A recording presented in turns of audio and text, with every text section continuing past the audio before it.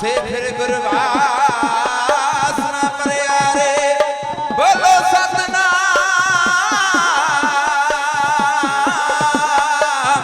श्री वाहेगुरु जी।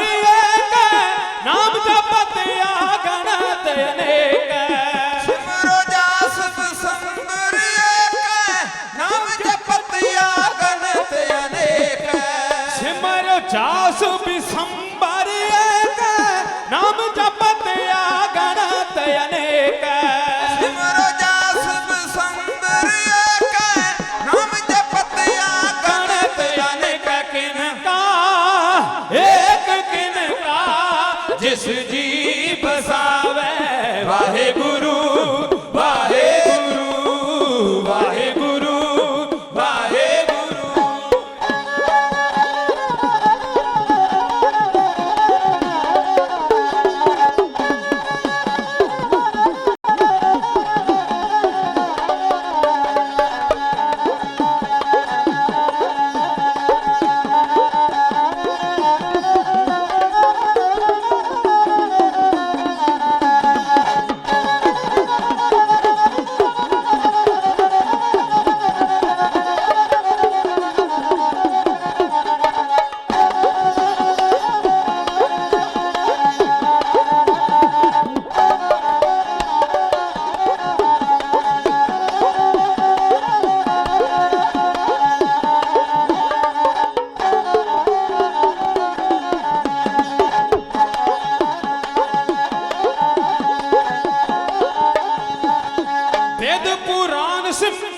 सौदा कर कीने राम नामे किया कर वेद पुराण समृत सौदाखर कीने राम नाम एक आखर वेद पुराण सिमरत सौदा कर कीने राम नामे किया कर वेद पुराण समृत सौदाखर कीने राम नाम एक आखिर किनका एक किनका जिस जी बसावे वाहे गुरु वाहे गुरु वाहे गुरु वाहे गुरु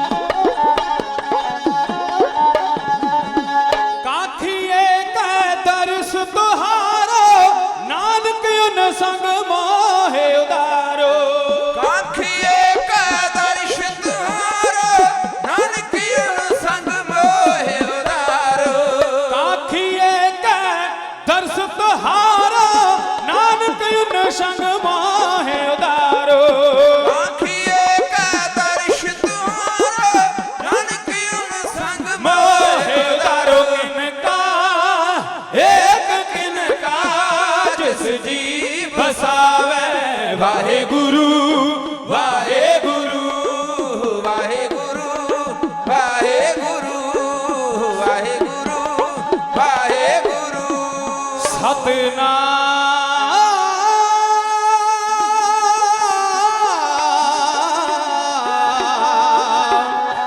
श्री वाहे गुरु जी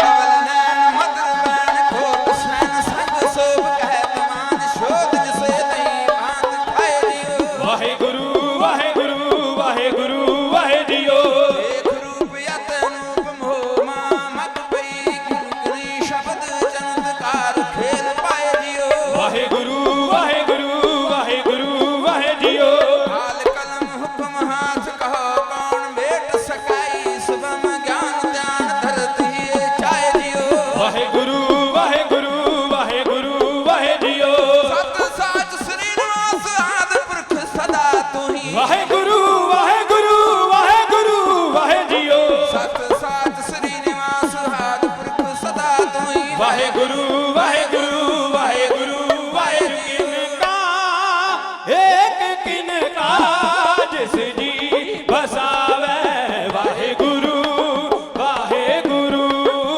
वाहे गुरु वाहे गुरु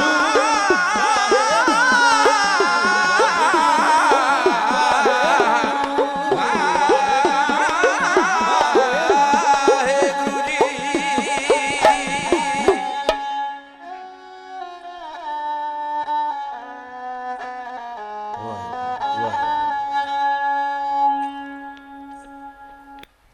मैं मूर्ख की केतक बात है, मैं मूर्ख की केतक बात है, कोट अपराधी तरियारे। किहड़े किहड़े अपराधी तरे ते किहड़े किहड़े मूर्ख तरे। एक सवाल है कि मैं मूर्ख की केतक बात है, इथे कोट अपराधी तरियारे किहड़े किहड़े। कहंदे गुर नानक जिन सुनिया पेखिया, जिन्हां ने गुरु नानक दे घर दी सेवा तन करके मन करके धन करके तन मन धन सब सौंप गुर कहो हुक्म मन्ने पाइए ते महावाक अनुसार गुरु दे घर दी सेवा कीती। कई कई अपराधी ਜਿਹੜੇ ਤਨ ਕਰਕੇ ਵੀ अपराधी सी, मन करके भी अपराधी सी, ਉਹ गुरु नानक दे घर विच बख्शे गए। एक ऐसे महान अस्थान उत्ते तुसी जुड़ के बैठे हो, क्योंकि मैनू ते पहली बार इस मुबारक धरती के दर्शन दिदारे करने का मौका मिल रहा है। खुश नसीब समझदा हाँ मैं अपने आप नूं ते अपने ढाडी हथे नूं कि बाला प्रीतम अष्टम बलबीरा सतगुरु गुरु हरकृष्ण साहब महाराज जी के चरणों के नाल पवित्र हो चुकी सर जमीन पंजोखड़ा साहिब। वेखो मेरे तो पहला गल चलती सी कि गुरु जिथे आके बह गया, गुरु ने जिहदे नाल गल कर लई वो बंदा वैसे ही महान हो गया। थड़े दुनिया ते बहुत, पर जेड़े थड़े दे उत्ते आके मेरा गुरु बह गया, लोगों ने मुड़ के उन्होंने थड़ा नहीं आख्या, लोगों ने थड़ा साहब कह के मत्था जरूर टेकिया होगा। आम बेरी दे थले मेरा गुरु आके बह जावे, लोगों ने मुड़ के उन्होंने बेरी नहीं कदी आख्या, लोगों ने बेर साहब कह के मत्था जरूर टेकिया होगा। ये वडियाई है मेरे गुरु दी। जिथे जाए बहे मेरा सतगुरु, सो थान सुहावा राम राजे। एक इदां दे महान अस्थान के उत्ते जुड़ के बैठे हो जिथों सानू बहुत कुछ सीखने को मिलता है कि गुरु के घर विचों भरोसा प्राप्त किवें करीदा, गुरु के घर विचों बख्शिश प्राप्त किवें करीदी है। कई बारी मेरे वर्गा बंदा ये गल कह दिंदा जी इन्ना चिर हो गया सानू भांडे मांजदियां नूं गुरुद्वारे, इन्ना चिर हो गया सानू जोड़े झाड़दियां नूं, इन्ना चिर हो गया सानू सुखमनी पढ़दे नूं, इन्ना चिर हो गया सानू नितनेम करदे नूं, साडे ते पल्ले ही कुछ नहीं पिया अजे तक जी। ठीक है, ਇਹਦੇ ਚ गुरु का कसूर नहीं कढ़िया जा सकता, कसूर फिर अपना कढ़ना पवेगा। तुसीं आखोगे किद्दां? बाहर मीह पैंदा होवे ते किसे नूं जाके आखिया भी जा मीह का पानी इकट्ठा करके लिया, हुण तुहाडे कोल जिड्डा जिड्डा भांडा तुसीं ओना ओना पानी लियाउणा ना। किसी को पतीला ने पतीला भर लिया, किसी को गिलास उन्हें गिलास भर लिया, किसी को कौली उन्हें कौली भर लिया, किसी को चमच आ चमच भर लिया। जिदा जिदा का भांडा ने मीह का पानी इकट्ठा कर लिया। उन्हां विच एक मेरे वर्गा भी सी जिहड़ा खलोता मीह दे विच सी, भांडा दूजियां दे नालों वड्डा सी, पर किस्मत माड़ी ये भी मीह दे विच खलो के भांडा मूधा मार के बह गया। हुण मीह का पानी विच आवे किथों? इसे तरह गुरु नानक दे घर की बख्शिश है। 8वें पातशाह की बख्शिश का मीह 24 घंटे पैंदा है, 24 घंटे। ते जिड्डा जिड्डा साडे हिरदे का भांडा है, उन्नी उन्नी बख्शिश असीं टका के इत्थों लैके चले जाना है। ते कई साडे वर्गे भी हैगे आ जिन्हां दी सारी उम्र ही गुरु की गोद च लंघ जानी आ, पर अंदरों भांडे मूधे वजे आ, अंदर टिकना कख नहीं आ। कि आखना मेरे पल्ले कुछ नहीं पिया जी, गुरु की कमजोरी नहीं हुई। सो आओ महान अस्थान के उत्ते जुड़ के बैठी गुरु की संगत, एक बार सारी संगत शीश झुकाओ ते रसना नूं पवित्र करके आखो जी नानक नाम चढ़दी कला, तेरे भाणे सरबत दा भला, फतेह दर प्रवान करियो, कोई भी रसना वांझी ना रहे। सरबतर माई भाई साध संगत जी गज के फतेह बुलाओ। वाहिगुरु जी का खालसा, वाहिगुरु जी की फतेह।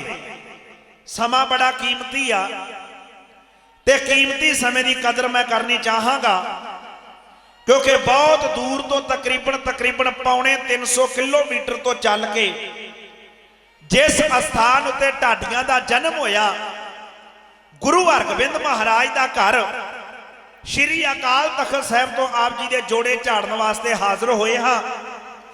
इस स्टेज ते खलोता कोई बुलारा ये गल नहीं कह सकता कि मैं गुरु हरकृष्ण साहब की वडियाई पूरी करके आया जी, मैं अपने गुरु की गल पूरी करके आया।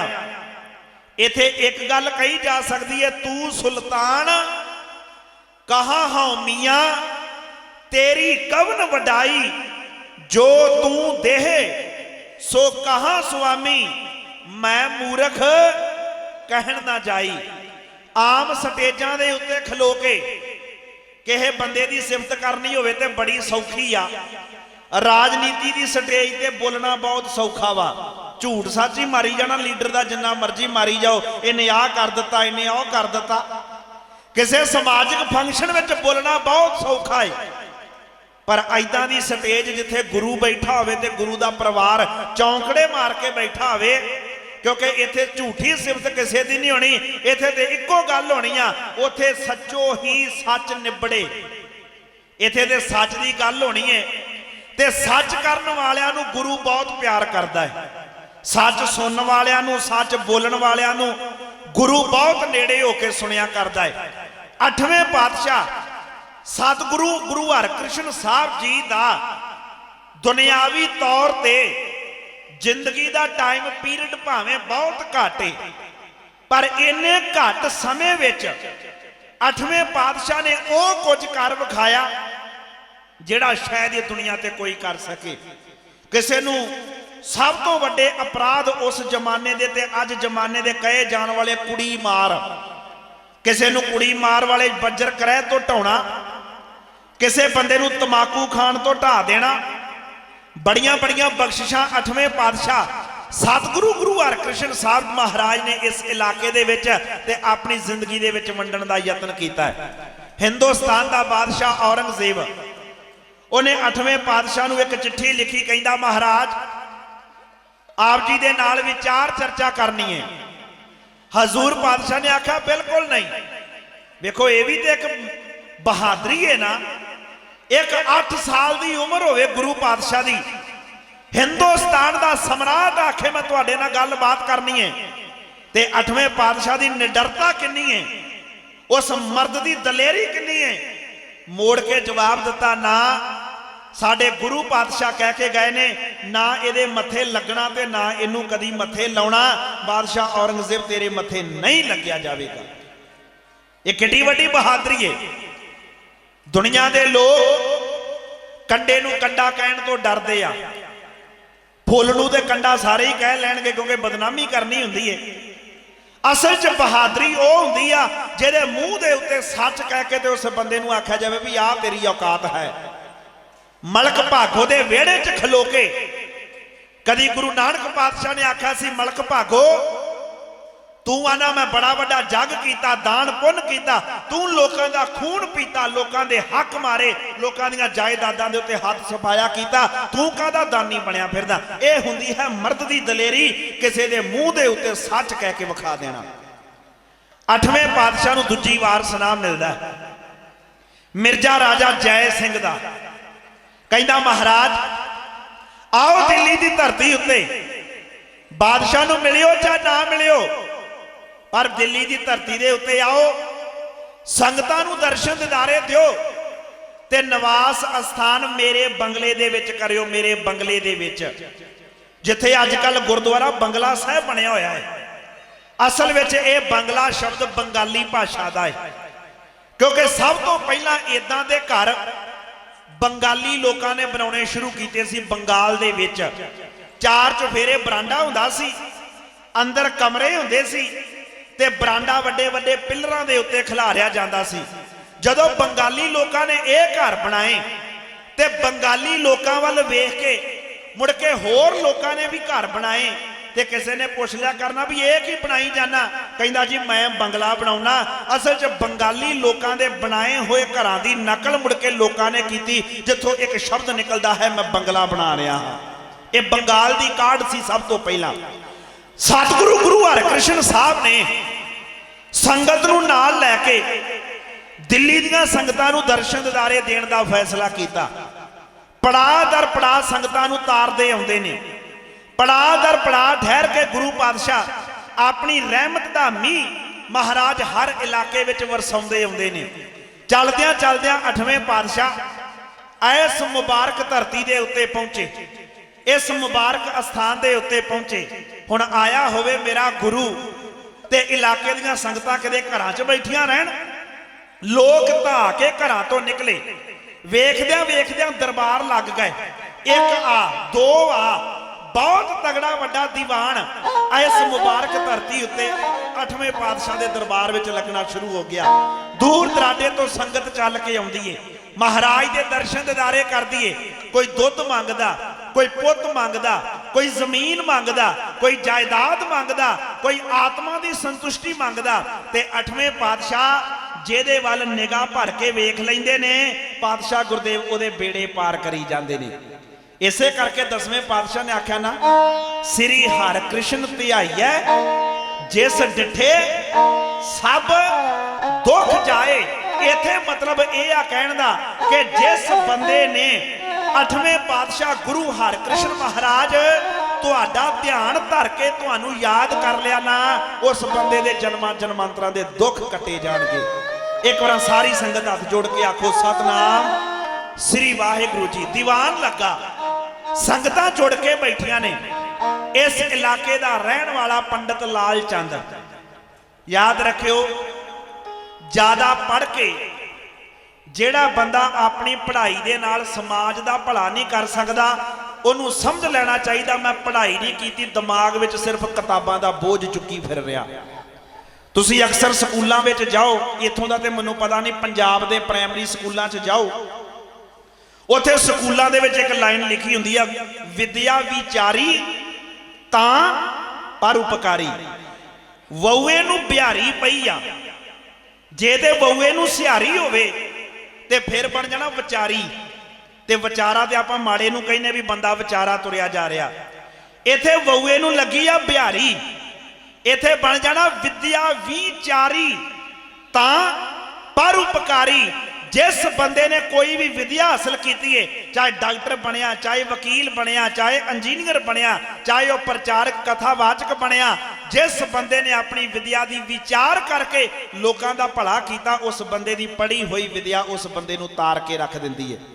ਗੁਰੂ ਨਾਨਕ ਪਾਤਸ਼ਾਹ ਦੇ ਨਾਲ ਮੁਲਾਕਾਤ ਹੋਈ ਸੀ ਪੰਡਤ ਬ੍ਰਹਮ ਦੱਤ ਦੀ, ਆਓ ਕਸ਼ਮੀਰ ਦੀ ਧਰਤੀ ਤੇ। ਉਹਨੇ ਕਿਤਾਬਾਂ ਦੇ ਨਾਲ ਗੱਡੇ ਭਰੇ, ਗੱਡੇ, ਤੇ ਮਹਾਰਾਜ ਨੂੰ ਚੈਲੰਜ ਕਰਕੇ ਕਹਿੰਦਾ ਮਹਾਰਾਜ ਆਓ ਮੇਰੇ ਨਾਲ ਵਿਚਾਰ ਕਰੋ। ਤੇ ਪਾਤਸ਼ਾਹ ਕਹਿੰਦੇ ਕਿਤਾਬਾਂ ਦੇ ਨਾਲ ਗੱਡੇ ਕਿਹੜੀ ਗੱਲੋਂ ਭਰੀ ਫਿਰਦਾ? ਕਹਿੰਦਾ ਮੇਰਾ ਸੁਭਾਅ ਆ, ਜਿੱਥੇ ਮੈਨੂੰ ਕੋਈ ਵਿਦਵਾਨ ਟੱਕਰਦਾ ਮੈਂ ਉੱਥੇ ਹੀ ਉਹਦੇ ਨਾਲ ਸਿਰ ਅੜਾ ਕੇ ਬਹਿ ਜਾਣਾ। ਤੇ ਚੈਲੰਜ ਇਹ ਰੱਖਦਾ ਵੀ ਜੇ ਤੂੰ ਜਿੱਤ ਗਿਓ ਤੇ ਸਾਰੇ ਗ੍ਰੰਥ ਤੇਰੇ, ਤੇ ਜੇ ਮੈਂ ਜਿੱਤ ਗਿਆ ਤੇ ਸਾਰੇ ਗ੍ਰੰਥ ਮੇਰੇ, ਮੈਨੂੰ ਹਰਾ ਹੀ ਕੋਈ ਨਹੀਂ ਸਕਿਆ। ਇਹ ਜਿਹੜੇ ਗੱਡੇ ਭਰੇ ਆ ਮੈਂ ਕਿਤਾਬਾਂ ਦੇ ਲੋਕਾਂ ਕੋਲੋਂ ਜਿੱਤ ਜਿੱਤ ਕੇ ਭਰੇ ਆ। ਪਾਤਸ਼ਾਹ ਨੂੰ ਸਮਝਦਿਆਂ ਦੇਰ ਨਾ ਲੱਗੀ ਵੀ ਵਿਦਿਆ ਦਾ ਮਾਣ ਬੜਾ। ਮਹਾਰਾਜ ਦੇ ਨਾਲ ਵਿਚਾਰ ਚਰਚਾ ਹੋਈ, ਪੰਡਤ ਹਾਰਿਆ ਤੇ ਮਹਾਰਾਜ ਨੇ ਮੁਖਾਤਬ ਹੋ ਕੇ ਆਖਿਆ ਪੜ ਪੜ ਗੱਡੀ ਲੱਦੀ ਐ, ਪੜ ਪੜ ਭਰੀਐ ਸਾਥ, ਪੜ ਪੜ ਬੇੜੀ ਪਾਈਐ, ਪੜ ਪੜ ਗੱਡੀਐ ਖਾਤ, ਪੜੀਐ ਜੇਤੇ ਬਰਸ ਬਰਸ, ਪੜੀਐ ਜੇਤੇ ਮਾਸ, ਪੜੀਐ ਜੇਤੀ ਆਰਜਾ, ਪੜੀਐ ਜੇਤੇ ਸਾਸ। ਨਾਨਕ ਲੇਖੈ ਇੱਕ ਗੱਲ ਹੋਰ, ਹਉਮੈ ਝਖਣਾ ਝਾਖ। ਬਹੁਤਾ ਪੜ ਕੇ ਜਿਸ ਬੰਦੇ ਨੇ ਲੋਕਾਂ ਦਾ ਭਲਾ ਨਹੀਂ ਕਰਨਾ, ਉਹ ਸਮਝ ਲਵੇ ਕਿ ਮੈਂ ਵਾਧੂ ਬੋਝ ਆਪਣੇ ਦਿਮਾਗ ਉੱਤੇ ਚੁੱਕਿਆ ਹੈ। ਪੜ੍ਹਾਈ ਹੈ ਸਮਾਜ ਦਾ ਭਲਾ ਕਰਨ ਵਾਸਤੇ। ਇਲਾਕੇ ਦਾ ਪੰਡਤ ਲਾਲ ਚੰਦ ਪੁੱਛਦਾ ਇੱਧਰ ਇੰਨਾ ਇਕੱਠ ਕਿਹੜੀ ਗੱਲੋਂ ਹੋਇਆ? ਪੰਡਤ ਤੇ ਮੈਂ ਵੀ ਆ, ਵਿਦਵਾਨ ਤੇ ਮੈਂ ਵੀ ਆ, ਮੇਰੇ ਅੱਗੇ ਇੰਨਾ ਇਕੱਠ ਕਦੀ ਨਹੀਂ ਹੋਇਆ। ਇਹਦੇ ਚੇਲੇ ਬਾਲ ਕੇ ਕਹਿਣ ਲੱਗੇ ਜੀ ਗੁਰੂ ਨਾਨਕ ਦੀ ਜੋਤ, ਗੁਰੂ ਨਾਨਕ ਦੀ ਗੱਦੀ ਦੇ ਵਾਰਿਸ 8ਵੇਂ ਗੁਰੂ ਨਾਨਕ ਇਸ ਮੁਬਾਰਕ ਧਰਤੀ ਦੇ ਉੱਤੇ ਆਏ ਨੇ। ਕਹਿੰਦਾ ਵਿਖਾਓ ਤੇ ਸਹੀ ਏਡਾ ਵੱਡਾ ਦਰਬਾਰ, ਕਿਹੜਾ ਹੈ ਗੁਰੂ ਨਾਨਕ ਦੀ ਜੋਤ, ਕਿਹੜਾ ਹੈ ਗੁਰੂ ਨਾਨਕ ਦਾ 8ਵਾਂ ਵਾਰਿਸ? ਵਿਖਾਉਣ ਵਾਲਿਆਂ ਨੇ ਆਖਿਆ ਓ ਸਟੇਜ ਦੇ ਉੱਤੇ ਵੇਖ, 6-7 ਸਾਲ ਦੀ ਉਮਰ, ਛੋਟਾ ਜਿਹਾ ਕੱਦ ਮੇਰੇ ਪਾਤਸ਼ਾਹ ਦਾ, ਹੱਸੂ ਹੱਸੂ ਕਰਦਾ ਚਿਹਰਾ, ਸੋਹਣਾ ਦਸਤਾਰਾ, ਮੱਥੇ ਤੇ ਲੱਗੀ ਕਲਗੀ, ਇਉਂ ਜਾਪੇ ਜਿਵੇਂ ਤਰਲੋਕੀ ਦਾ ਚੰਨ ਉੱਤਰ ਕੇ ਧਰਤੀ ਦੇ ਉੱਤੇ ਆਇਆ ਹੋਵੇ ਤੇ ਸਟੇਜ ਦੇ ਉੱਤੇ ਬੈਠਾ ਹੋਵੇ। ਪੰਡਤ ਲਾਲ ਚੰਦ ਕਹਿੰਦਾ ਇੰਨਾ ਛੋਟੀ ਉਮਰ ਦਾ ਬੱਚਾ ਇਹਨੂੰ ਗੁਰੂ ਨਾਨਕ ਦੀ ਗੱਦੀ ਦਾ 8ਵਾਂ ਵਾਰਿਸ ਲੋਕ ਕਹਿੰਦੇ ਨੇ। ਕਹਿਣ ਵਾਲੇ ਕਹਿੰਦੇ ਜੀ ਇਦਾਂ ਹੀ ਕਹਿੰਦੇ ਨੇ, ਵੇਖੋ ਕਿੱਡਾ ਵੱਡਾ ਇਕੱਠ ਹੈ। ਕਹਿੰਦਾ ਨਾਮ ਕੀ ਹੈ ਭਲਾ? ਕਹਿੰਦੇ ਹਰਿ ਕ੍ਰਿਸ਼ਨ, ਹਰਿ ਕ੍ਰਿਸ਼ਨ। ਉਹਨੇ ਕੰਨਾਂ ਨੂੰ ਹੱਥ ਲਾ ਕੇ ਆਖਿਆ ਹੇ ਰਾਮ। ਇਹ ਤੇ ਬੜੀ ਵੱਡੀ ਸੱਟ ਆ ਸਾਡੇ ਅਕੀਦੇ ਉੱਤੇ। ਰਵਾਂ ਰਵੀ ਚੱਲਿਆ ਤੇ ਭਰੇ ਦਰਬਾਰ ਵਿੱਚ ਆ ਕੇ ਤੇ ਅੱਗੇ ਬਹਿ ਜਾਂਦਾ। 8ਵੇਂ ਪਾਤਸ਼ਾਹ ਨੇ ਨਿਗਾਹ ਭਰ ਕੇ ਪੰਡਤ ਵੱਲ ਵੇਖਿਆ। ਹੁਣ ਡਾਕਟਰ ਦੇ ਸਾਹਮਣੇ ਮਰੀਜ਼ ਬੈਠਾ ਹੋਵੇ ਤੇ ਡਾਕਟਰ ਵੇਖ ਕੇ ਹਿਸਾਬ ਲਾ ਲੈਂਦਾ ਵੀ ਇਹਦਾ ਬਲੱਡ ਘਟਿਆ ਜਾਪਦਾ, ਡਾਕਟਰ ਵੇਖ ਕੇ ਹਿਸਾਬ ਲਾ ਲੈਂਦਾ ਵੀ ਇਹਦੀ ਸ਼ੂਗਰ ਵਧੀ ਜਾਪਦੀ ਆ। ਇਉਂ ਜਾਪਦਾ ਜਿਵੇਂ ਬੁਖਾਰ ਵਿੱਚ ਹੋਵੇਗਾ, ਜ਼ੁਕਾਮ ਹੋਇਆ ਹੋਵੇਗਾ। ਹੁਣ ਡਾਕਟਰਾਂ ਦਾ ਡਾਕਟਰ ਬੈਠਾ ਸੀ ਸਟੇਜ ਉੱਤੇ ਗੁਰੂ ਹਰਕ੍ਰਿਸ਼ਨ ਸਾਹਿਬ ਦੇ ਰੂਪ ਅੰਦਰ, ਤੇ ਹੰਕਾਰ ਦੀ ਬਿਮਾਰੀ ਲੈ ਕੇ ਪੰਡਤ ਸਾਹਮਣੇ ਆ ਕੇ ਬਹਿ ਗਿਆ। ਮਹਾਰਾਜ ਨੇ ਮਿੰਟ 'ਚ ਐਕਸਰਾ ਕਰਕੇ ਪੰਡਤ ਵੱਲ ਵੇਖ ਕੇ ਆਖਿਆ, ਪੰਡਤ ਜੀ ਆਇਆਂ ਨੂੰ, ਕਿੱਧਰ ਆਉਣੇ ਹੋਏ ਨੇ? ਤੇ ਗੁਰੂ ਹਰਕ੍ਰਿਸ਼ਨ ਮਹਾਰਾਜ ਦੇ ਲੱਗੇ ਹੋਏ ਦਰਬਾਰ ਅੰਦਰ ਹੰਕਾਰੀ ਪੰਡਤ ਲਾਲ ਚੰਦ ਉੱਠ ਕੇ ਆਪਣੀ ਗੱਲ ਇੰਝ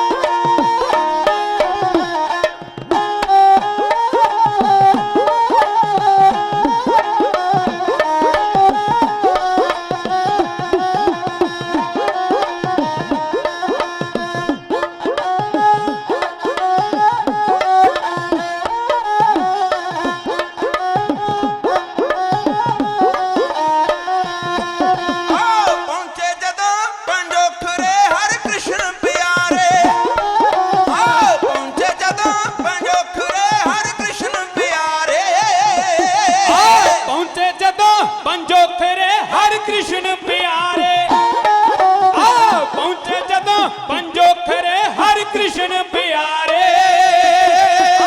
ਦਰਸ਼ਨ ਦੇ ਲਈ ਆ ਗਏ ਚੱਲ ਕੇ ਨਰ ਨਾਰੇ ਆਓ ਦਰਸ਼ਨ ਦੇ ਲਈ ਆ ਗਏ ਚੱਲ ਕੇ ਨਰ ਨਾਰੇ ਦਰਸ਼ਨ ਦੇ ਲਈ ਆ ਗਏ ਚੱਲ ਕੇ ਨਰ ਨਾਰੇ ਆਓ ਦਰਸ਼ਨ ਦੇ ਲਈ ਆ ਗਏ ਚੱਲ ਕੇ ਨਰ ਨਾਰੇ ਭੇਟਾ ਤਰਨ ਪਿਆਰ ਦੀ ਗੁਰਸਿੱਖ ਪਿਆਰੇ ਆਓ ਭੇਟਾ ਤਰਨ ਪਿਆਰ ਦੀ ਗੁਰਸਿੱਖ ਪਿਆਰੇ ਆਓ ਭੇਟਾ ਤਰਨ ਪਿਆਰ ਦੀ ਗੁਰਸਿੱਖ ਪਿਆਰੇ ਆਓ ਭੇਟਾ ਤਰਨ ਪਿਆਰ ਦੀ ਗੁਰਸਿੱਖ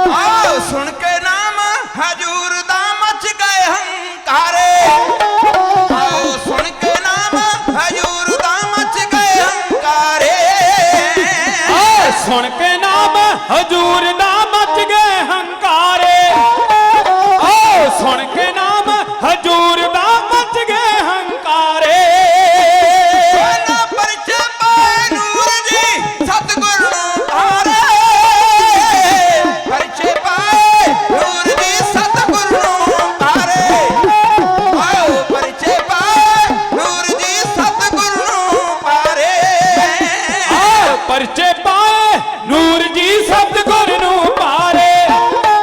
आओ परचे पाए नूर जी सतगुर नू पारे। एक बार सारी संगत सीस झुका के आखो जी सतनाम श्री वाहिगुरु जी। पंडित नूं इत्थों तक नहीं सी पता भी मैं किहड़े घर विच बह के ते किहड़ी गल कर रहा हां। ये वो घर है जिस घर ने कदी भी अपने वड्डे होने का मान नहीं किया, अज तक नहीं किया। ये गुरु नानक दे घर की बख्शिश है कि गुरु नानक नाम लेवा सिखा ने अपने गुरु का आसरा लैके पूरी दुनिया दे विच अपनी जित के झंडे अज तक गड्ढे हुए ने। अज तक पंडित उठ के खलो गया। महाराज कहते दसो पंडित जी की गल ने किवें आउणे होए। पंडित कहता महाराज मैं सुनिया है तुसी गुरु नानक दी जोत दे 8वें वारस हो। महाराज कहते ठीक सुनिया। पंडित कहता इन्नी छोटी उम्र ते गुरु नानक दी गद्दी किवें सांभ के बैठे हो। ते हजूर पातशाह ने मुस्कुरा के आख्या पंडित जी ये गल तुसी गुरु नानक नूं पुछो जिन्हां ने सानू इस लायक बनाया। गुरु नानक दे घर अंदर मान मर्यादा उमरां करके नहीं मिलती। जे इत्थे उमरां दी गल हुंदी ते 84 सालां दा बाबा अमरदास कदी गुरु अमरदास ना बनदा। ताके पछाण कर देना सी मुंडियां नूं ना भाई 84 साल दा बाबा गद्दी ते बहा दईए। ते जे इत्थे उमरां दी गल हुंदी ते कहण वालियां कह देना सी भी एडी छोटी उम्र दा असीं गुरु किवें मान लईए बई। इसे तरह शहादतां दा दौर है। जे इत्थे पौने 4 साल दा उम्र दा बाबा बंदा सिंह बहादुर दा पुत अजय सिंह बाबा बंदा सिंह बहादुर दी गोद अंदर शहीद हो सकदा है ते 96 सालां दा बाबा नौद सिंह बाबा दीप सिंह दी मासी दा पुत भरा आओ अमृतसर दी मुबारक धरती ते 96 साल दी उम्र च लड़ के वह भी शहीद हो सकता है। गुरु नानक दे घर अंदर मान वेख्या जाता है, सत्कार वेख्या जाता है, भरोसा वेख्या जाता है, उमरां नूं पछाण करके रखा जाता है। पंडित कहता जी ये मैनूं समझ नहीं आई भी नाम भी हर कृष्ण मारे कहते साडे नां च बुराई आ कोई। कहता जी बुराई कोई नहीं पर ये तुहाडा नाम तुहाडी उम्र के हिसाब नाल तुहाडे काम के हिसाब नाल मैनूं जच नहीं रहा। महाराज कहते क्यों? कहता जी द्वापर युग अंदर साडे भगवान होए श्री कृष्ण भगवान जी जिन्होंने गीता का उपदेश दे के महाभारत के युद्ध अंदर अर्जुन नूं अपने चाचे ताए के पुत भरावां दे नाल लड़न जोगे कीता ही। वो तो शस्त्र सुट के बह गया ही ना। साडे कृष्ण भगवान ने गीता का उपदेश दे के दुनिया नूं तारिया। तुहाडी उम्र बड़ी छोटी है ते नाम रखिया हर कृष्ण। उत्तों तुसी गुरु नानक दी गद्दी दे वारस। तुहाडे अंदर कोई अजमत है, करामात है? महाराज कहंदे पंडित जी करामात कहर दा नाम है, कहर दा नाम। करामातां विखाउणियां ते जादूगरां दा काम आ ते गुरु नानक दा घर ते करामात नूं पछाण करके रखदा। इत्थे ते प्रैक्टिकल आ। कहंदा इदां नहीं। महाराज कहंदे फिर तू किद्दां कहना चाहुंदा? कहंदा जी मैं कहना चाहुंदा कि साडे कृष्ण भगवान जी ने जिहड़ी गीता उचारी है उस गीता दे कुछ श्लोक मैं बोला ते ओदे तुसी अर्थ करके विखाओ। मैं मन्ना भी तुसी वाकई गुरु नानक दी गद्दी दे वारस जे ते तुहाडा नाम हर कृष्ण बनदा है, तुहाडा नाम हर कृष्ण होना चाहिए। महाराज ने पहला समझा के आख्या पंडित जी रब दे नां दे उत्ते बखेड़ा नहीं कदी करीदा। वेखो गुरु नानक दा घर कदी किसी ना सिर अड़ा के खुश नहीं हैगा। पंडित जी रब दे घर अंदर बखेड़ा चंगा नहीं लगता। कोई राम कहे, कोई अल्लाह कहे, कोई वाहिगुरु कहे ते जेड़ा बंदा ये आखे भी मैं इन्ना कर लिया, मैं इन्ना कर लिया, असल चो नितनेम नहीं करता हो सकता। अपनी हौमे नूं ते पट्ठे पा रहा है, अपने हंकार नूं ते पट्ठे पा रहा है। पंडित जी तुसी थोड़ा जपो बहुता जपो, रब दे नाम उत्ते काहदा एक दूजे नूं चैलेंज। ਵਿਚਾਰ ਤੇ ਕੀਤੀ ਜਾ ਸਕਦੀ ਹੈ ਪਰ ਚੈਲੰਜ ਨਹੀਂ ਕਿਸੇ ਨੂੰ ਕੀਤਾ ਜਾ ਸਕਦਾ ਰੱਬ ਦੇ ਨਾਂ ਉੱਤੇ। ਸਿਆਣੇ ਸੂਝਵਾਨ ਬਜ਼ੁਰਗ ਬੈਠੇ ਨੇ, ਕਾਰ ਸੇਵਾ ਵਾਲੇ ਮਹਾਂਪੁਰਸ਼ ਬੈਠੇ ਨੇ। ਅੱਜ ਸਾਡੇ ਧਰਮ ਅੰਦਰ ਜਿਹੜੇ ਮੇਰੇ ਵਰਗੇ ਬੰਦੇ ਨੇ 2 ਕਿਤਾਬਾਂ ਪੜ੍ਹ ਲਈਆਂ, ਉਹ ਕਿਸੇ ਚੀਜ਼ ਨੂੰ ਟਿੱਚ ਸਮਝ ਕੇ ਰਾਜੀ ਨਹੀਂ ਹੈਗਾ। ਅਵਲ ਦੇ ਕਿਤਾਬਾਂ ਪੜ੍ਹ ਕੇ ਕੋਈ ਰਾਜੀ ਨਹੀਂ। YouTube ਤੋਂ ਕਥਾ ਸੁਣ ਸੁਣ ਕੇ ਬਹੁਤੇ ਮੇਰੇ ਵਰਗੇ ਵਿਦਵਾਨ ਬਣੇ ਆ। ਇਹ ਫੇਸਬੁੱਕੀ ਵਿਦਵਾਨ, ਇਹ YouTube ਵਾਲੇ ਵਿਦਵਾਨ ਜਿੰਨਾ ਪੜਿਆ ਤੇ ਭਾਵੇਂ ਕੱਖ ਨਾ ਹੋਵੇ, ਉਹ ਗੁਰੂ ਦੀ ਹਰ ਗੱਲ ਉੱਤੇ ਉਂਗਲ ਕਰਕੇ, ਗੁਰੂ ਦੇ ਹਰ ਸ਼ਬਦ ਉੱਤੇ ਕਟਾਕਸ਼ ਕਰਕੇ ਕਹਿਣਗੇ ਆਹ ਕਿੱਦਾਂ, ਆਹ ਕਿੱਦਾਂ। ਮੇਰੇ ਪਾਤਸ਼ਾਹ ਗੁਰਦੇਵ ਕਹਿੰਦੇ ਪੰਡਤ ਜੀ ਰੱਬ ਦੇ ਨਾਂ ਤੇ ਬਖੇੜਾ ਨਹੀਂ ਪੈਦਾ ਕਰੀਦਾ, ਤੁਹਾਨੂੰ ਤੁਹਾਡਾ ਭਲਾ, ਸਾਨੂੰ ਸਾਡਾ ਭਲਾ, ਲੰਗਰ ਪਾਣੀ ਛਕੋ ਤੇ ਜਾਓ। ਪੰਡਤ ਉਸੇ ਵੇਲੇ ਥੋੜਾ ਜਿਹਾ ਤੈਸ਼ ਵਿੱਚ ਆ ਕੇ ਕਹਿੰਦਾ ਫਿਰ ਨਾ ਹੀ ਹਰਿਕ੍ਰਿਸ਼ਨ ਰੱਖਣਾ ਸੀ। ਮੈਂ ਨਹੀਂ ਮੰਨਦਾ ਫਿਰ ਗੁਰੂ ਨਾਨਕ ਦੇ ਘਰ 'ਚ ਕੋਈ ਅਜ਼ਮਤ ਹੋਵੇਗੀ। ਪਾਤਸ਼ਾਹ ਕਹਿੰਦੇ ਨੇ ਅਰਥ ਕਿਹਦੇ ਕੋਲੋਂ ਸੁਣਨੇ ਆ? ਕਹਿੰਦਾ ਜੀ ਤੁਸੀਂ ਸੁਣਾ ਦਿਓ। ਮਹਾਰਾਜ ਕਹਿੰਦੇ ਜੇ ਮੈਂ ਸੁਣਾ ਦਿੱਤੇ ਤੇ ਮੁੜ ਕੇ ਤੂੰ ਦੂਜੇ ਬੰਨੇ ਹੋ ਜਾਣਾ, ਕਿਉਂਕਿ ਦੁਨੀਆਦਾਰੀ ਦਾ ਸੁਭਾਅ ਇਦਾਂ ਦਾ। ਮੁੜ ਕੇ ਤੂੰ ਦੂਜੇ ਬੰਨੇ ਹੋ ਜਾਣਾ ਵੀ 7ਵੇਂ ਪਾਤਸ਼ਾਹ ਦਾ ਪੋਤਿਆ ਕਦੇ ਪੜ੍ਹਾ ਛੱਡੇ ਹੋਣਗੇ ਨਿੱਕੇ ਹੁੰਦੇ ਨੂੰ। ਇਦਾਂ ਕਰ ਵੀ ਗੀਤਾ ਦੇ ਅਰਥ ਜਿਹਦੇ ਕੋਲੋਂ ਤੂੰ ਕਰਾਉਣੇ ਚਾਹਵੇਂ, ਗੁਰੂ ਨਾਨਕ ਦਾ ਘਰ ਉਹਦੇ ਕੋਲੋਂ ਕਰਾ ਸਕਦਾ। 10ਵੇਂ ਪਾਤਸ਼ਾਹ ਦੇ ਉੱਤੇ ਵੀ ਇੱਕ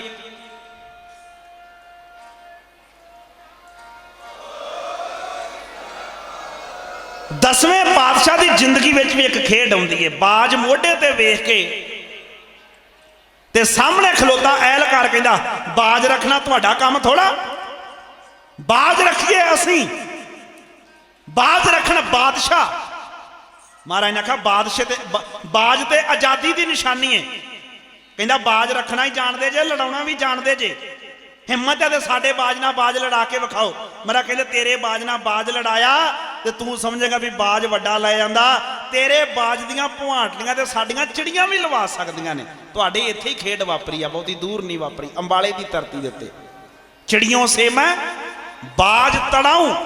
ਗੁਰੂ ਨਾਨਕ ਦਾ ਘਰ ਕਿਸੇ ਨੂੰ ਚੈਲੰਜ ਨਹੀਂ ਕਰਦਾ, ਪਰ ਜਿਹੜਾ ਗੁਰੂ ਨਾਨਕ ਦੇ ਘਰ ਦੀ ਅਜ਼ਮਤ ਉੱਤੇ ਸ਼ੱਕ ਕਰੇ, ਗੁਰੂ ਨਾਨਕ ਦੇ ਘਰ ਦੀ ਸ਼ਕਤੀ ਉਹਨੂੰ ਆਪਣੇ ਆਪ ਦਬੋਚ ਲਿਆ ਕਰਦੀ ਹੈ। 2 ਤਰ੍ਹਾਂ ਦੇ ਬੰਦੇ ਆਉਂਦੇ ਨੇ ਗੁਰਦੁਆਰੇ ਦੇ ਵਿੱਚ, ਮੰਦਿਰ ਮਸਜਿਦ ਦੇ ਵਿੱਚ। ਇੱਕ ਮੱਥਾ ਟੇਕਣ ਵਾਲੇ, ਇੱਕ ਮੱਥਾ ਲਾਉਣ ਵਾਲੇ। ਮੱਥਾ ਟੇਕਣ ਵਾਲੇ ਤੁਹਾਡੇ ਵਰਗੇ ਹੋਇਆ ਕਰਦੇ ਨੇ, ਰੰਗ ਰਤੀਆਂ ਰੂਹਾਂ, 10 ਰੱਖ 20 ਰੱਖ 50 ਰੱਖ 100 ਰੱਖ, ਕੋਈ ਮਤਲਬ ਨਹੀਂ। ਇੱਕ ਮੇਰੇ ਵਰਗੇ ਹੋਇਆ ਕਰਦੇ ਨੇ ਮੱਥਾ ਲਾਉਣ ਵਾਲੇ। ਉਹਨਾਂ ਨੇ ਹਿਸਾਬਾਂ ਕਿਤਾਬਾਂ ਜੀ ਪਏ ਰਹਿਣਾ ਵਾ, ਐਦਾਂ ਕਿੱਦਾਂ ਤੇ ਉੱਦਾਂ ਕਿੱਦਾਂ, ਐਦਾਂ ਕਿੱਦਾਂ ਤੇ ਆਹ ਕਿੱਦਾਂ। ਮੱਥਾ ਲਾਉਣ ਵਾਲੇ ਵੀ ਆਉਂਦੇ ਨੇ, ਮੱਥਾ ਟੇਕਣ ਵਾਲੇ ਵੀ ਆਉਂਦੇ ਨੇ, ਪਰ ਗੁਰੂ ਨਾਨਕ ਦੇ ਘਰ ਨੇ ਮੱਥਾ ਟੇਕਣ ਵਾਲਿਆਂ ਨੂੰ ਹਮੇਸ਼ਾ ਛਾਤੀ 'ਚ ਲਾਇਆ ਏ ਤੇ ਮੱਥਾ ਲਾਉਣ ਵਾਲਿਆਂ ਦਾ ਮੱਥਾ ਭੰਨ ਕੇ ਰੱਖਿਆ ਹਮੇਸ਼ਾ। ਮਹਾਰਾਜ ਨੇ ਆਖਿਆ ਪੰਡਤ ਜੀ ਜਿਹਦੇ ਕੋਲ ਮਰਜ਼ੀ ਅਰਥ ਕਰਵਾ ਲੈਨੇ, ਕਿਹੜੀ ਗੱਲ ਹੈ, ਗੁਰੂ ਨਾਨਕ ਦਾ ਘਰ ਹੈ, ਜੋ ਮਰਜ਼ੀ ਹੋ ਸਕਦਾ। ਪੰਡਤ ਉੱਠ ਪਿਆ ਤੇ ਨਾਲੇ ਸ਼ੈਤਾਨੀ ਹਾਸਾ ਹੱਸਦਾ ਜਾਵੇ, ਨਾਲਦਿਆਂ ਨੂੰ ਕਹਿੰਦਾ ਫਸ ਗਿਆ ਜੇ ਗੁਰੂ ਮੇਰੇ ਜਾਲ ਵਿੱਚ। ਮੈਂ ਬੰਦਾ ਹੀ ਇਦਾਂ ਦਾ ਲੱਭ ਕੇ ਲਿਆਉਣਾ ਜਿਹੜਾ ਅਜੇ ਤੱਕ ਬੋਲਿਆ ਹੀ ਕੱਖ ਨਾ ਹੋਊ। ਮੈਂ ਤੇ ਬੰਦਾ ਹੀ ਉਹ ਲੱਭ ਕੇ ਲਿਆਉਣਾ ਜਿਹਨੂੰ ਆਉਂਦਾ ਹੀ ਕੁਝ ਨਾ ਹੋਊਗਾ, ਫਿਰ ਵੇਖਾਂਗੇ ਗੁਰੂ ਨਾਨਕ ਦੇ ਘਰ ਦੀ ਅਜ਼ਮਤ। ਕਹਿੰਦੇ ਗੁਰੂ ਨਾਨਕ ਦਾ ਘਰ ਹਰ ਇੱਕ ਨੂੰ ਢਾ ਲੈਂਦਾ ਏ, ਅੱਜ ਗੁਰੂ ਨਾਨਕ ਦੇ ਘਰ ਨੂੰ ਮੈਂ ਥੱਲੇ ਲਾ ਕੇ ਵਿਖਾਊਂਗਾ। ਤੇ ਸੰਗਤ ਵਿੱਚ ਜਿਹੜੇ ਉੱਤੇ ਬੈਠੇ ਸੀ ਨਾ ਭਰੋਸੇ ਵਾਲੇ ਤੁਹਾਡੇ ਵਰਗੇ, ਉਹਨਾਂ ਨੇ ਆਖਿਆ ਪੰਡਤਾ ਹੱਥ ਗਲਤ ਥਾਂ ਪਾ ਬੈਠਾ। ਤੇ ਜਿਹੜੇ ਮੇਰੇ ਵਰਗੇ ਕੜਾਹ ਪ੍ਰਸ਼ਾਦ ਖਾਣ ਵਾਲੇ ਸੀ, ਕਹਿੰਦੇ ਵਾਕਈ ਅੱਜ ਪੰਡਤ ਨੇ ਕੋਈ ਚਾਲ ਵੱਡੀ ਖੇਡ ਜਾਣੀ ਆ। ਇਹ ਨਾ ਹੋਵੇ ਤੋਰੀ ਫੁਲਕੇ ਤੋਂ ਵੀ ਜਾਂਦੇ ਰਹੀਏ। ਪੰਡਤ ਨਿਕਲਿਆ ਪਿੰਡ ਦੇ ਵਿੱਚ, ਉਹ ਗਲੀਆਂ 'ਚ ਘੁੰਮਿਆ, ਸ਼ੈਤਾਨੀ ਦਿਮਾਗ ਸੋਚਦਾ ਹੈ ਕਰਾਂ ਤੇ ਕਰਾਂ ਕੀ। ਸਾਹਮਣੇ ਨਿਗਾਹ ਪਈ ਭਾਈ ਛੱਜੂ ਝੀਵਰ ਤੇ। ਇੱਕ ਬੇਨਤੀ ਕਰਾਂ, ਨਿਰਾ ਛੱਜੂ ਕਹਿ ਕੇ ਨਾ ਲੰਘ ਜਾਇਆ ਕਰੋ ਵੀ ਛੱਜੂ ਝੀਵਰ। ਉਹ ਗੁਰੂ ਨਾਨਕ ਦੇ ਘਰ ਅੰਦਰ ਪ੍ਰਣਾਇਆ ਹੋਇਆ ਸਿੱਖਿਆ, ਜੇ ਭਾਈ ਛੱਜੂ ਝੀਵਰ ਕਹਿ ਦਿਆ ਕਰੋਗੇ ਤੇ ਬੜਾ ਵੱਡਾ ਮਾਣ ਹੋਵੇਗਾ, ਸਾਡਾ ਵੀ ਕਿਤੇ ਜੀਵਨ ਸਫਲ ਹੋ ਜਾਵੇਗਾ। ਬਾਂਹ ਤੋਂ ਫੜਿਆ, ਥੋੜਾ ਜਿਹਾ ਧੱਕਾ ਕਰਕੇ ਖਿੱਚ ਕੇ ਲਈ ਆਉਂਦਾ ਏ, ਭਰੇ ਦਰਬਾਰ ਅੰਦਰ ਲੈ ਕੇ ਆਇਆ। ਸੰਗਤ ਹੈਰਾਨ ਏ ਕਿ ਪੰਡਤ ਦੀ ਮੱਤ ਤੇ ਪਰਦਾ ਪੈ ਚੁੱਕਾ ਹੈ। ਉਹਨੇ ਲਿਆ ਕੇ 8ਵੇਂ ਪਾਤਸ਼ਾਹ ਦੇ ਦਰਬਾਰ ਅੰਦਰ ਭਾਈ ਛੱਜੂ ਨੂੰ ਖਿਲਾਰਿਆ ਤੇ ਮਹਾਰਾਜ ਵੱਲ ਵੇਖ ਕੇ ਕਹਿੰਦਾ ਇਹਦੇ ਕੋ ਕਰਾ ਕੇ ਵਿਖਾਓ ਅਰਥ, ਫਿਰ ਤੁਹਾਨੂੰ ਮੰਨੀਏ। ਤੁਸੀਂ ਆਂਦੇ ਜੇ ਗੁਰੂ ਨਾਨਕ ਦਾ ਘਰ ਬਹੁਤ ਕੁਝ ਕਰ ਲੈਂਦਾ, ਜੇ ਇਹਦੇ ਕੋਲੋਂ ਅਰਥ ਕਰਵਾ ਦਿਓ ਤੇ ਜੋ ਕਹੋਗੇ ਮੈਂ ਕਰਨ ਵਾਸਤੇ ਤਿਆਰ ਆ। ਹਜ਼ੂਰ ਪਾਤਸ਼ਾਹ ਨੇ ਕੋਲ ਖਲੋਤੇ ਸਿੱਖ ਵੱਲ ਵੇਖਿਆ, ਸਿੱਖ ਨੂੰ ਆਵਾਜ਼ ਮਾਰ ਕੇ ਕਹਿੰਦੇ ਆ ਭਾਈ ਛੱਜੂ ਝੀਵਰ ਦਾ ਇਸ਼ਨਾਨ ਕਰਾ ਕੇ ਲਿਆਓ। ਇਸ਼ਨਾਨ ਕਰਵਾਇਆ, ਸਵੱਛ ਕੱਪੜੇ ਪਾਏ, ਸਾਹਮਣੇ ਬੈਠਾ ਭਾਈ ਛੱਜੂ, ਲਾਗੇ ਬੈਠਾ ਪੰਡਤ। ਹਜ਼ੂਰ ਪਾਤਸ਼ਾਹ ਨੇ ਆਖਿਆ ਭਾਈ ਛੱਜੂ ਤਾਂ ਨੂੰ ਵੇਖ। ਅੱਜ ਤੋਂ ਪਹਿਲਾਂ ਭਾਈ ਛੱਜੂ ਨੇ ਅੱਖਾਂ ਚੁੱਕ ਕੇ ਤਾਂ ਨਹੀਂ ਸੀ ਵੇਖਿਆ, ਅੱਖਾਂ ਧਰਤੀ ਤੇ ਹੀ ਰੱਖਦਾ ਸੀ। ਮੇਰੇ ਪਾਤਸ਼ਾਹ ਨੇ ਛੜੀ ਸਿਰ ਤੇ ਟਿਕਾਈ, ਆਵਾਜ਼ ਮਾਰ ਕੇ ਕਹਿੰਦੇ ਭਾਈ ਛੱਜੂ ਤਾਂ ਵੇਖ। ਅੱਜ ਜ਼ਿੰਦਗੀ 'ਚ ਪਹਿਲੀ ਵਾਰ ਭਾਈ ਛੱਜੂ ਨੇ ਅੱਖਾਂ ਤਾਂ ਚੁੱਕੀਆਂ, ਗੁਰੂ ਹਰਕ੍ਰਿਸ਼ਨ ਸਾਹਿਬ ਦੀਆਂ ਅੱਖਾਂ ਦੇ ਨਾਲ ਅੱਖਾਂ ਮਿਲੀਆਂ, ਦਿਲ ਨੂੰ ਦਿਲ ਮਿਲਿਆ, ਆਤਮਾ ਨੂੰ ਆਤਮਾ ਮਿਲੀ।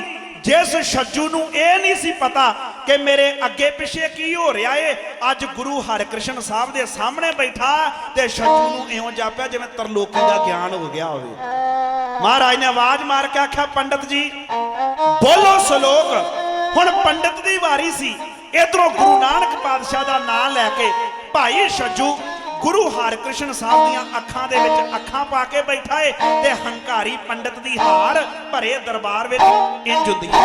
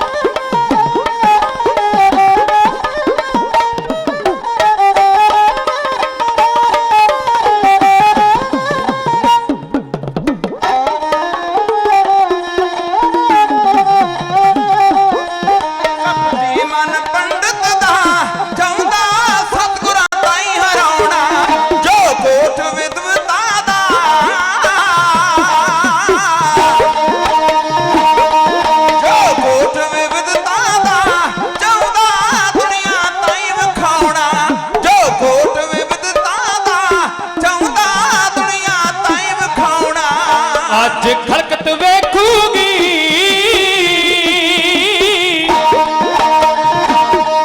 ਅੱਜ ਖਲਕਤ ਵੇਖੂਗੀ ਮੱਕੜੀ ਵਾਂਗ ਜਾਲ ਵਿੱਚ ਫਸਦਾ ਕਿਰਪਾ ਹੋਈ ਸਤਿਗੁਰ ਦੀ ਸੱਚੂ ਗਿਆਨ ਗੀਤਾ ਦਾ ਦੱਸਦਾ ਕਿਰਪਾ ਹੋਈ ਸਤਿਗੁਰ ਦੀ ਸੱਚੂ ਗਿਆਨ ਗੀਤਾ ਦਾ ਦੱਸਦਾ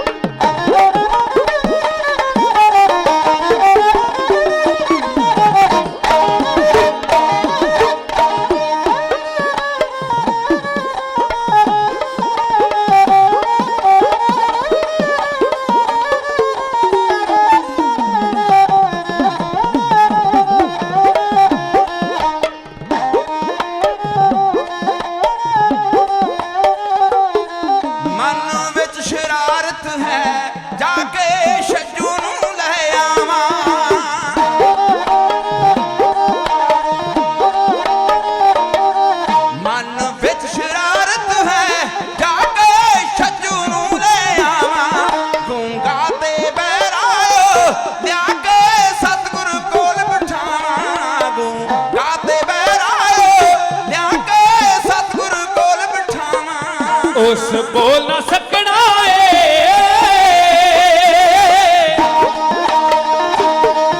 ਉਸ ਬੋਲ ਨਾ ਸਕਣਾ ਏ ਵੇਖੋ ਜਗ ਗੁਰੂ ਤੇ ਹੱਸਦਾ ਕਿਰਪਾ ਹੋਈ ਸਤਿਗੁਰ ਦੀ ਛੱਜੂ ਗਿਆਨ ਗੀਤਾ ਦਾ ਦੱਸਦਾ ਕਿਰਪਾ ਹੋਈ ਸਤਿਗੁਰ ਦੀ ਛੱਜੂ ਗਿਆਨ ਗੀਤਾ ਦਾ ਦੱਸਦਾ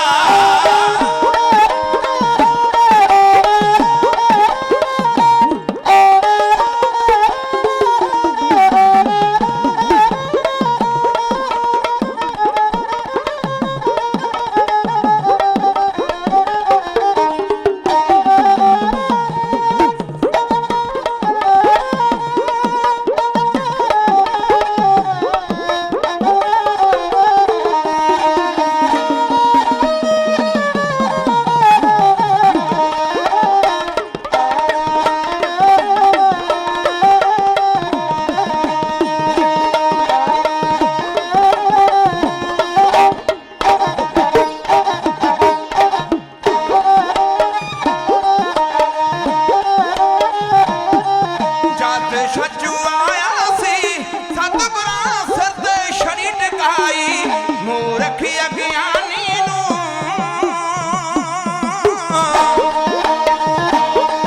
ਮੂਰਖ ਅਗਿਆਨੀ ਨੂੰ ਸੋਝੀ ਦਿਨ ਲੋਕ ਦੀ ਆਈ ਮੂਰਖ ਅਗਿਆਨੀ ਨੂੰ ਸੋਝੀ ਦਿਨ ਲੋਕ ਦੀ ਆਈ ਸਤਿਗੁਰ ਦੀ ਛੋ ਸਦਕਾ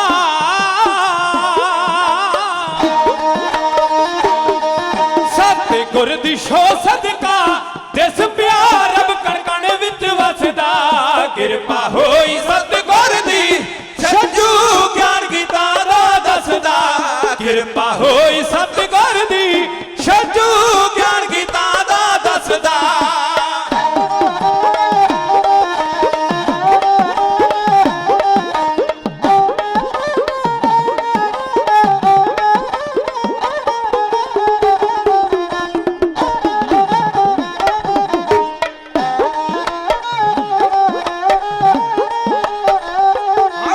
ਜਦ ਪੰਡਤ ਸਲਾਕ ਪੜਾਏ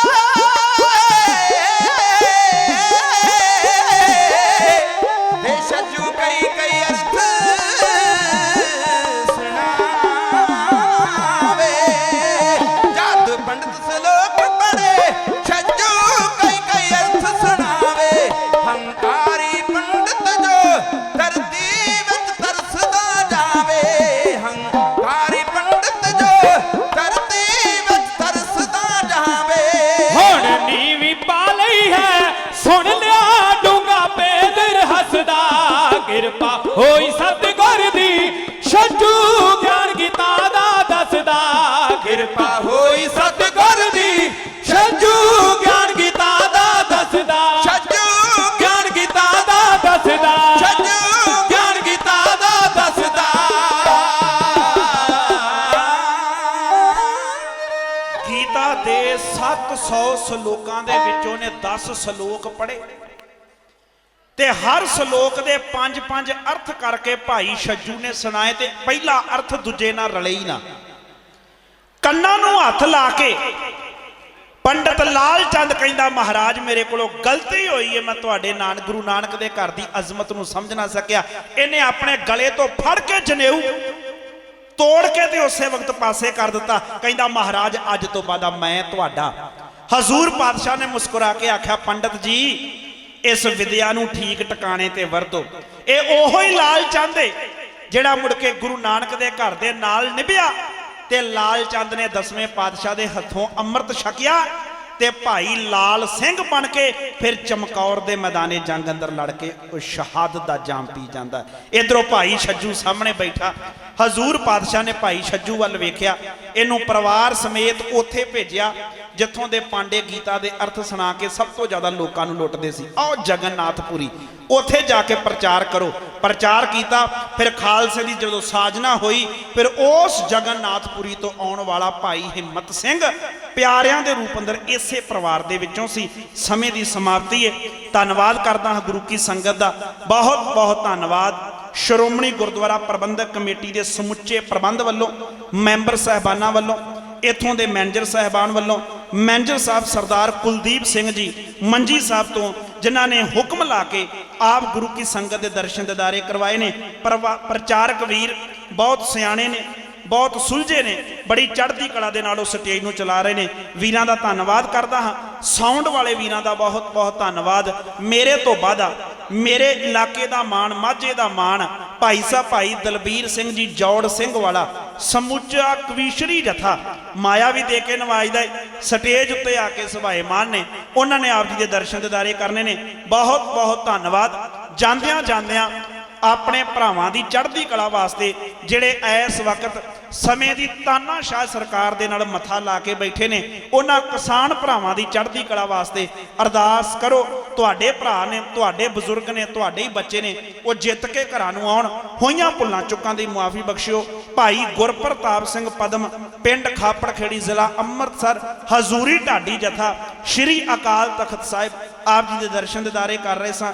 ਛਪੇ ਹੋਏ ਐਡਰੈਸ ਕਾ ਢਾਡੀ ਜਥੇ ਪਾਸ ਹਨ। ਯਾਦ ਕਰੋਗੇ, ਆਪ ਜੀ ਦੇ ਦਰਸ਼ਨ ਦਿਦਾਰੇ ਕਰਨ ਵਾਸਤੇ ਹਾਜ਼ਰ ਹੋਵਾਂਗੇ। ਹੋਈਆਂ ਭੁੱਲਾਂ ਚੁੱਕਾਂ ਦੀ ਮੁਆਫੀ ਗੱਜ ਕੇ ਫਤਿਹ ਬੁਲਾਓ। ਵਾਹਿਗੁਰੂ ਜੀ ਕਾ ਖਾਲਸਾ, ਵਾਹਿਗੁਰੂ ਜੀ ਕੀ ਫਤਿਹ।